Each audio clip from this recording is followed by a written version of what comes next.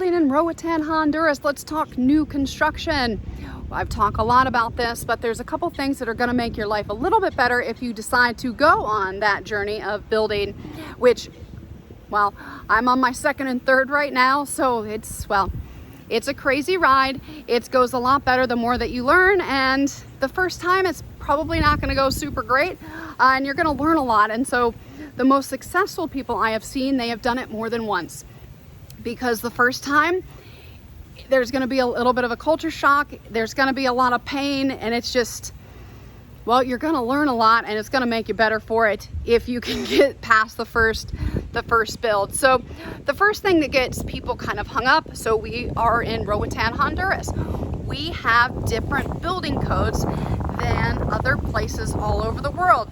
Like the United States, we do not build homes that are to the code of the United States. And that doesn't mean we don't build great houses. I've shown you the house that I'm building.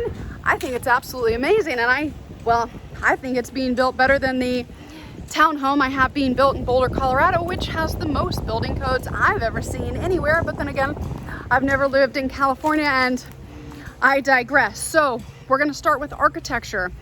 Architecture in Roatan, and the standards for architecture are much, much different. I didn't say better, I didn't say worse, different. So if you do get an architect on this island for this house that I'm building right now, I used a structural engineer. I didn't actually use an architect, but that's because I already had, I've modified current builders, what's in his portfolio. And then this is kind of the third rendition of a house I have, two of which are in the United States. The first one's going here, and it's more of this is my test one and seeing if it will work in Roatan, where I do think it will, because it's actually the third one being built here. Anyway, I digress again. So I was able to use a structural engineer that's based in Roatan, Honduras.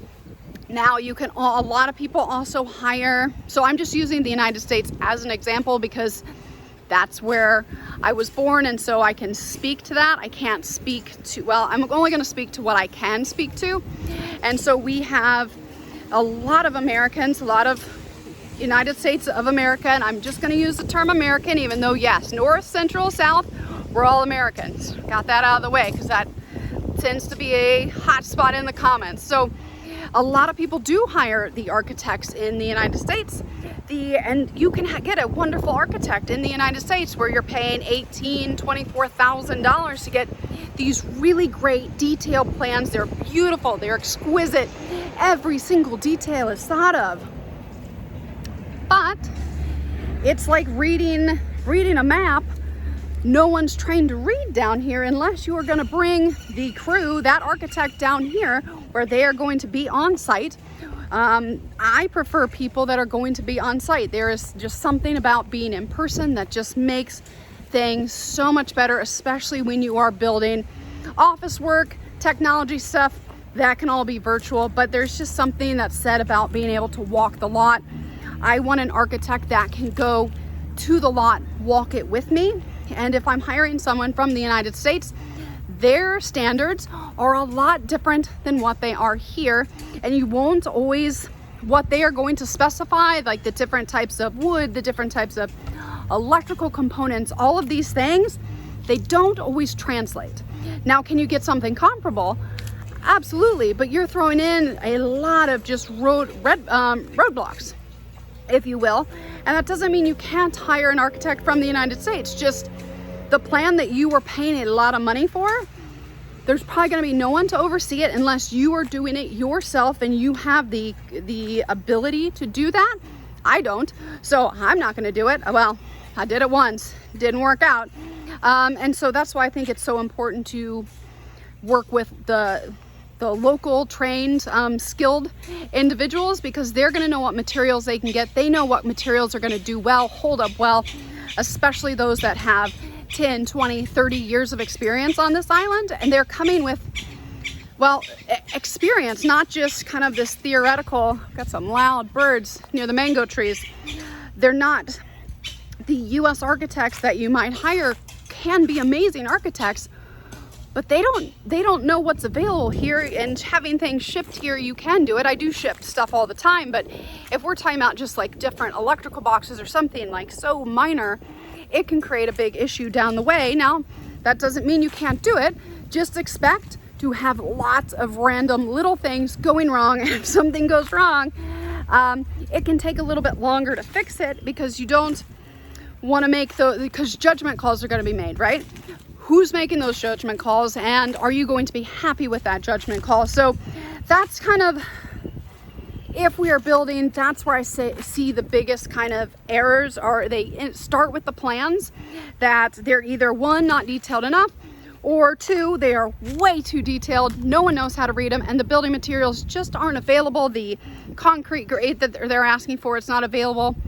And we do have great concrete on this island, but it's also, it's not going to be the same as the United States. So it's very difficult if you're hiring kind of a third party outsourced group to come like help you build, if they're not going to physically be here and also bring their entire crew to physically build it. You're going to have a lot of just errors of just kind of communication errors. And it's not because anyone isn't skilled. It's not because anyone isn't doing their job. Doesn't mean anyone's not great at what they do.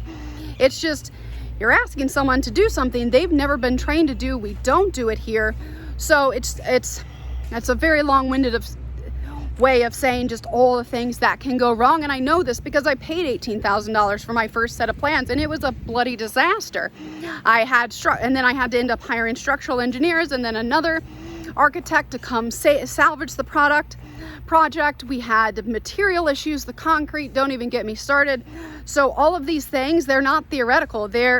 It's what happened to me, and I see it so often with other people. But just once you get the plans, if you were trying to build a US graded house in Roatan, Honduras, it's going to be very, very difficult. And that it's just all the reasons we just discussed. Now, it doesn't mean you can't have a high quality house. Anytime you want to come over to my house, look at the wood quality or any type of structural work. I mean, I think I'm working with the best team I've ever worked with in Roatan, Honduras, and I think every single person is absolutely amazing, and I will stand behind them, and I think they're amazing at what they do. But it is a different conversation that I have with the building crews in the United States, where I'm building two houses. Well, for everyone that does follow, I am building three houses right now, two of which are in Roatan, Honduras, one of which is in Boulder, Colorado, a house that burnt down in the Marshall Fire a year and a half ago. And my conversations are completely different. And so it's going to be very difficult if you bring in your US standards and have that expectation. It's just, they're not realistic expectations, or it's going to create a lot of issues. It's going to cause a lot of delays.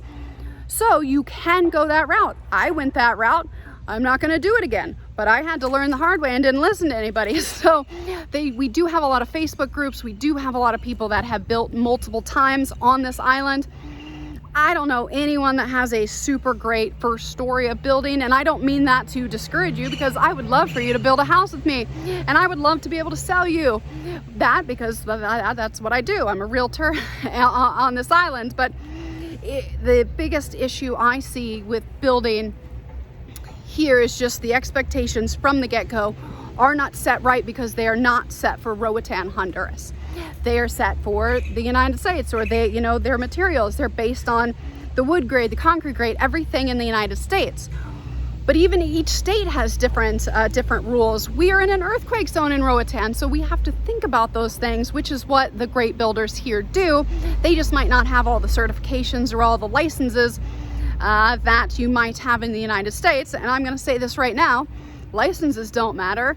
I'm a realtor in the United States, and I've got 3 degrees, I've got publications, I've got a litany of different accolades for science, and I'm not doing it. Well, I'm not mixing chemicals anymore, but my experience is here, and it is with building. It's been with real estate, and well, I think to set yourself up for success with building is to set realistic expectations. And if you're trying to bring exactly what you did from home, you can do it. It's been done.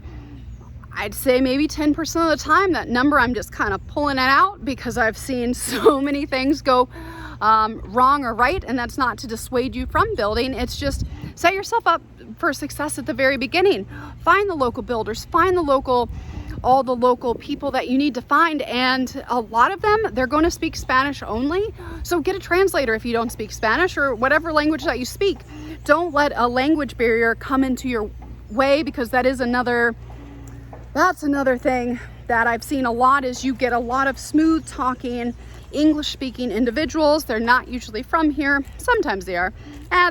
They're from anywhere, but they will tell you a pretty story, but there's nothing to back it up. So doing your homework from the beginning, setting yourself up, do at least 3 interviews with architects, with builders, look at their actual projects, and create a house of your dreams that can be built in Roatan. That's not supposed to be built somewhere else in this world, because this is Roatan. So if you ever have any questions or want to see any of my projects, my door is always open.